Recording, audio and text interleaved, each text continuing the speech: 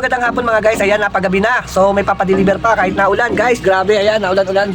So ayan, so may deliver tayo. Yan, Imus Cavite. So ito pa yung kanyang previews na water plant at 1 trio lang na breeder size. So ayan guys, ang nakuha niya at ito po.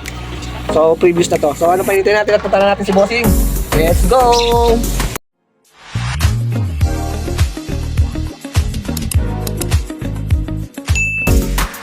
Guys, at magandang gabi. So nakarating kami kahit naulan-ulan kanina. So nakakaputi pa ako guys. So grabe oh. Kasi inabot namin ang ulan sa kalsada.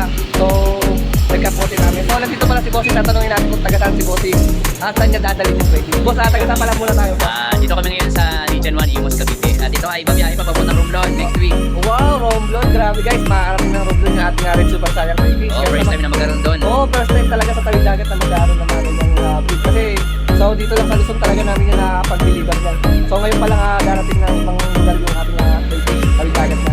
Sa mga wala pa boss no, bilhin na no. Huwag na magtagal, bilhin na sila. Oo, syempre naman, sulit no. Sulit so boss, may gusto na shoutout dyan. Shoutout sa mga taga Romblon. Ayun, Romblon. So ayan mga guys, sa mga wala pa ng Red Super Saiyan Baby, huwag na magtagal. PM na, bilhin na.